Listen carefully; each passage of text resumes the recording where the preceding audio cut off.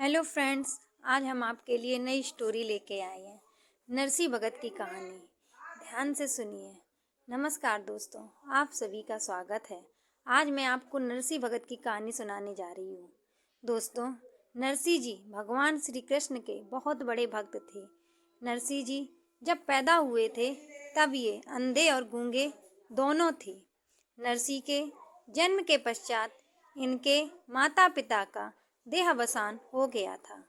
अब इनके परिवार में इनकी दादी और भाई भाभी थे। नरसी जी के दादी को नरसी जी की बड़ी चिंता थी कि मेरे मृत्यु के बाद इनका कौन होगा।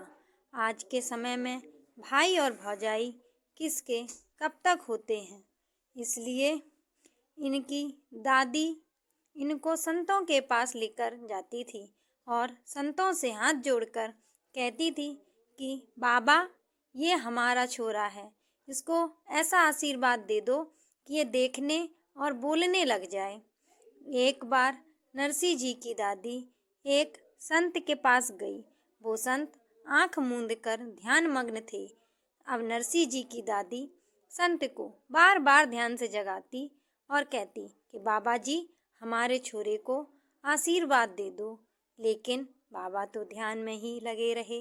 दादी के बड़े प्रयास और विनती के बाद उस संत ने अपनी आंख खोली और कहने लगे कि क्या हुआ बूढ़ी माई, हमें भगवान का ध्यान क्यों नहीं करने दे रहे हो।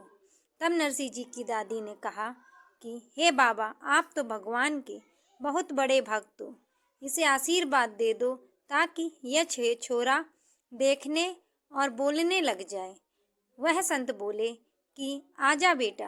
नरसी जी उस संत के पास जाकर बैठ गए।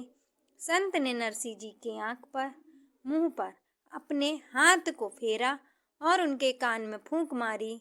कहा कि बेटा बोल राधे कृष्ण राधे कृष्ण। नरसी जी बोल पड़े राधे कृष्ण राधे कृष्ण। नरसी जी की दादी बहुत खुश हुई और बाबा को बहुत सारी धन दौलत देने लगी। तब नरसंत जी बोले कि मैं इस धन का क्या करूँगा, आप इसे अपने साथ ही लेते जाइए, मुझे यह सब कुछ नहीं चाहिए। नरसी जी की दादी नरसी जी को लेकर घर आ गई। नरसी जी के भाभी को पता चला कि मेरा देवर देखने और बोलने लग गया। जब नरसी जी बड़े हुए तब दादी ने नरसी जी का विवाह कर दिया। नरसी जी दिन भर राधे कृष्ण का जाप करते थे। इसके अलावा और वो कोई काम नहीं करते थे। नरसी जी के विवाह के कुछ दिनों बाद इनकी दादी का देहावसान हो गया। अब नरसी और उनकी पत्नी दोनों दिन भर राधे कृष्ण का जाप करते रहते थे। नरसी जी की भौजाई नरसी और इनकी पत्नी को देखकर जलती रहती कि ये कुछ काम धंधा तो करता नहीं है, भोजन बैठे बैठे दिन भर। एक दिन नरसी जी ने अपनी भौजाई से कहा कि भाभी, आज मुझे दूध रोटी खाना है, आज मुझे दूध रोटी दे दो। यह सुनकर इनकी भौजाई और जल गई। वह बोली कि कोई काम धंधा तो करते नहीं हो और दूध रोटी मांग रहे हो, जाओ भाग जाओ यहाँ से।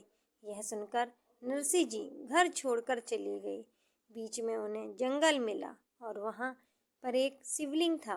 नरसी जी उसी शिवलिंग से लिपट कर भगवान भोलेनाथ का नाम लेकर रोने लगे।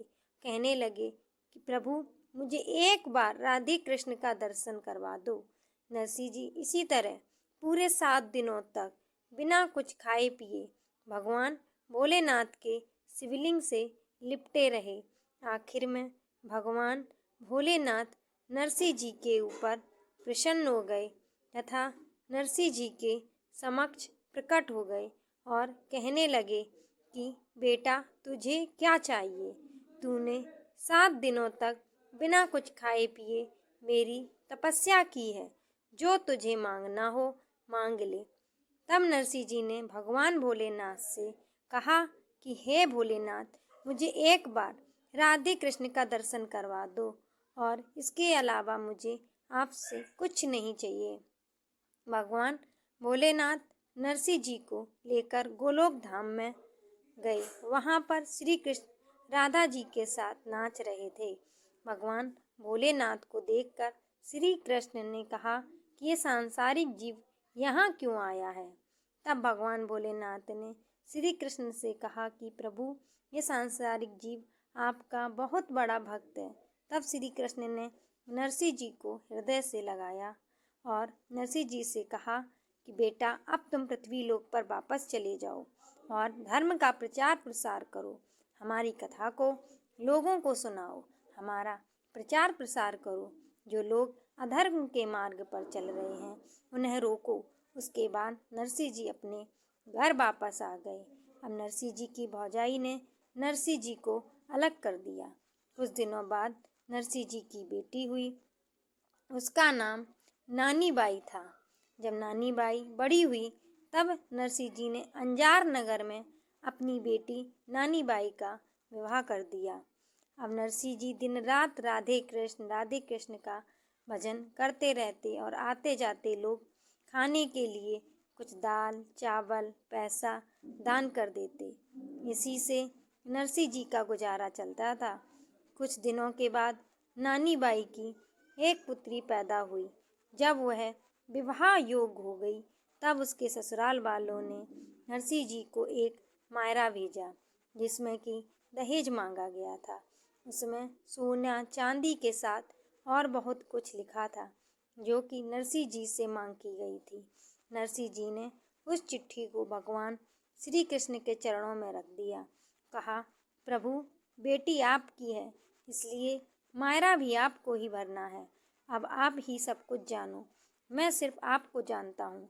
यह कहकर नरसिंह जी राधे कृष्ण जपने लगे। उसके बाद नरसिंह जी सोचने लगे कि मेरी भी एक ही बेटी है, मेरे पास कुछ नहीं है तो क्या हुआ, जो कुछ मेरे पास है मैं वही दान कर दूंगा। यह सोचकर नरसिंह जी अपने भाई के पास गए।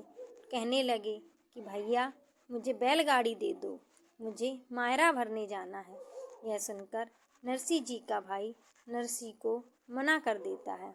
उसके बाद गांव वालों से कहकर नरसिंह किसी तरह बैलगाड़ी का इंतजाम करते हैं। बैलगाड़ी की कंडीशन अच्छी नहीं थी और बैल भी बूढ़े थे। नरसिंह जी के साथ 10 सूरदास रहते थे। वो भी नरसिंह जी के साथ उनके बैलगाड़ी पर बैठ गए।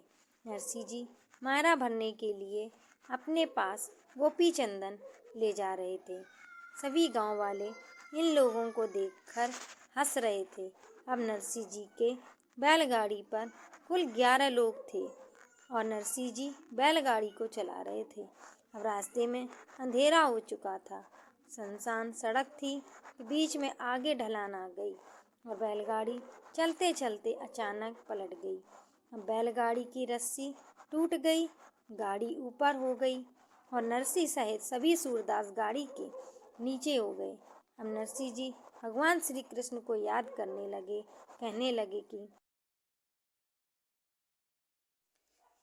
हे प्रभु, आपने अर्जुन के रथ को संभाला था, आज मेरी बैलगाड़ी संभालो। जब भक्त ने श्री कृष्ण को इस तरह याद किया तो श्री कृष्ण एक आदमी का रूप धारण करके नरसिंह के पास आ गए और नरसिंह जी से कहने लगे कि मुझे नरसिंह के भात में जाना है, मुझे ले चलो। नरसिंह जी कहने लगे कि हमारी गाड़ी टूटी हुई है, मैं ही नरसिंह हूँ, तुम भात में जाकर क्या करोगे। भगवान ने कहा कि मैं नरसिंह जी का भात देखना चाहता हूँ, मैं भी मायरा भरूंगा। तब नरसिंह जी कहने लगे कि पहले इस बैलगाड़ी को तो सही कर लो, उसके बाद चलते हैं। भगवान श्री कृष्ण बैलगाड़ी बनाने लगे और थोड़ी ही देर में बैलगाड़ी बनकर तैयार हो गई। नरसिंह जी ने उस व्यक्ति से कहा, तुमने बैलगाड़ी बनाई है, तुम ही इसे चलाओ। सभी बैलगाड़ी पर सवार हो गए और बैलगाड़ी एक विमान के रफ्तार से चलने लगी। सुबह होते ही बैलगाड़ी अंजार नगर में पहुंच गई। भगवान श्री कृष्ण ने नरसिंह जी से कहा कि यहाँ हमारे कुछ रिश्तेदार हैं, हम उनसे मिलकर तैयार होकर अभी भात में मायरा भरने के लिए आएंगे। दोस्तों, श्री कृष्ण ने नरसिंह जी के भात में मायरा भरा। पहले लोग श्री कृष्ण को माखन चोर कहते थे, लेकिन जब से श्री कृष्ण ने नरसिंह जी का मायरा भरा, तब से लोग श्री कृष्ण को सावरिया सेठ कहते हैं। दोस्तों, आपको हमारी स्टोरी कैसी लगी, कृपया कमेंट करके ज़रूर बताएं। हमारी स्टोरी को लाइक करें, शेयर करें, चैनल को सब्सक्राइब करें। धन्यवाद।